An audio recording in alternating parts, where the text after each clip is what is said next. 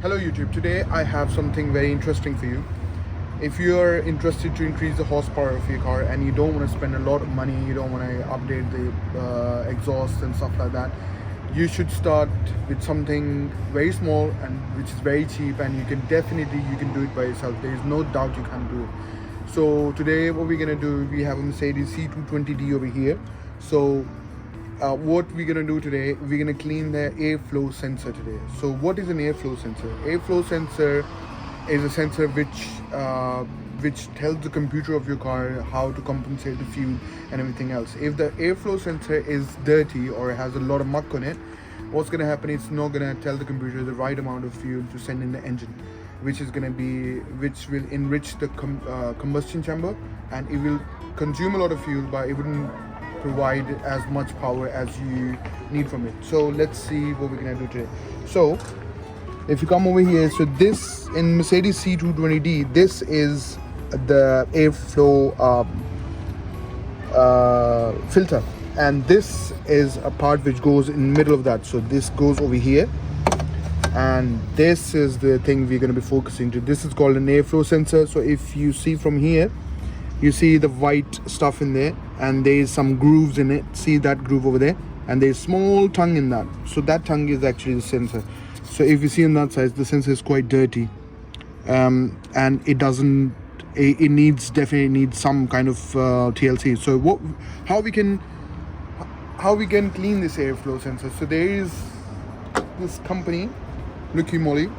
It has, you can see the sensor is made on it, and this is called airflow sensor cleaner.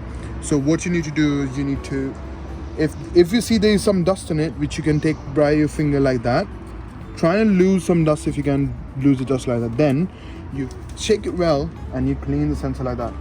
Sorry, I didn't take the cap off. So yeah, and that's what I'm gonna do. You have to thoroughly clean it. See, that sensor was different color before, now it's gone a little bit blue. You can see that, yeah? So we're gonna give it one more go, thoroughly clean it. This spray is very cheap. This spray is only, depending upon your country, this spray in my country it's £8, which is nothing to increase a few horsepower in your car. So it smells like, the acetone and stuff like that. I wouldn't recommend to use acetone, but this is made for it. It's gonna clean it really well, and after you let you soak for 1 minute or 2 minutes, and then you give it one more blow.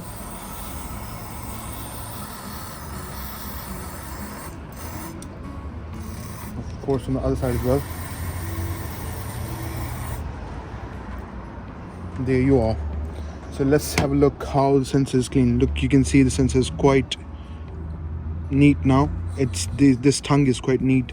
So you need to let it dry a little bit, and once it's dry, you can fit it back up, and you can see there will be a very considerable difference in the car rev when you press the brake. The gas pedal.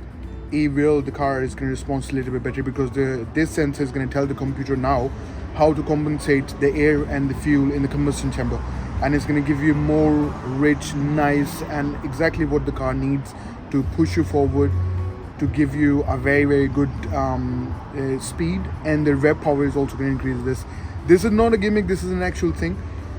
What I mean by a gimmick, like sometimes people say that, oh, if you change this, the car is going to go faster. If you change that, if you change this, these things they can make a little bit of a difference, but this is going to make a lot of difference. Hope that helps. If you see that your car has an airflow sensor, you can go on your car's manufacturer website, and you can have a look where the sensor is located, and you can definitely easily change it. It's very sunny over here today, so I'm just gonna show it a little bit so I can dry off. I can literally see, if I show you like this, so you can see the sensor is quite neat now. All the muck is off of it. I wouldn't recommend to use any brush or something like that to clean it. Just use the spray and let it dry, and you can go from there. Let me know in the comments if you have done it and it made a difference for your car. Alright, the sensor is squeaky clean now. You can see it's really, really clean. You can see the blue and the golden color over there, or copper color. Now we're gonna fit it. So when you wanna fit it, so see that arrow over here? It means the arrow is gonna stay towards you. towards outside of the car. So this also tells you the wire is going to come from here. It's basically you're going to do whatever you've done in the reverse order. So that's where it's going to go. Obviously it's you have to be careful. Some of the things are plastic over here, so you don't want to squeeze them too much, and that's how you fit it. And this one is going to go up here. You have to make sure everything goes in place and all the sensors are attached properly. So you're gonna do the screws. One of the screws is really difficult in it, because I really have to put my hand under the screw module. Now I'm doing one screw. I'm not gonna do it all the way. You should never do in car. You should never do all the screws all the way in one go.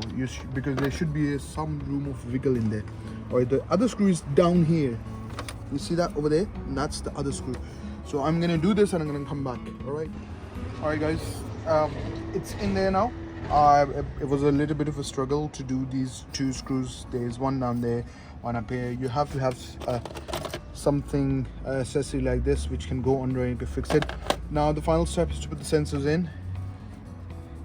You should hear a click, and then you have to press this in, which locks everything together, because the car moves a lot. And this sensor, you don't have to open it. If you want to open it, you want to clean it, you can. This one doesn't make a big difference. The one which made a difference, we did it all together. Now everything is there. It's all packed up. You have to make sure nothing is wiggling. Everything is in place properly. Well, that's all it is. And we'll meet you in the next one.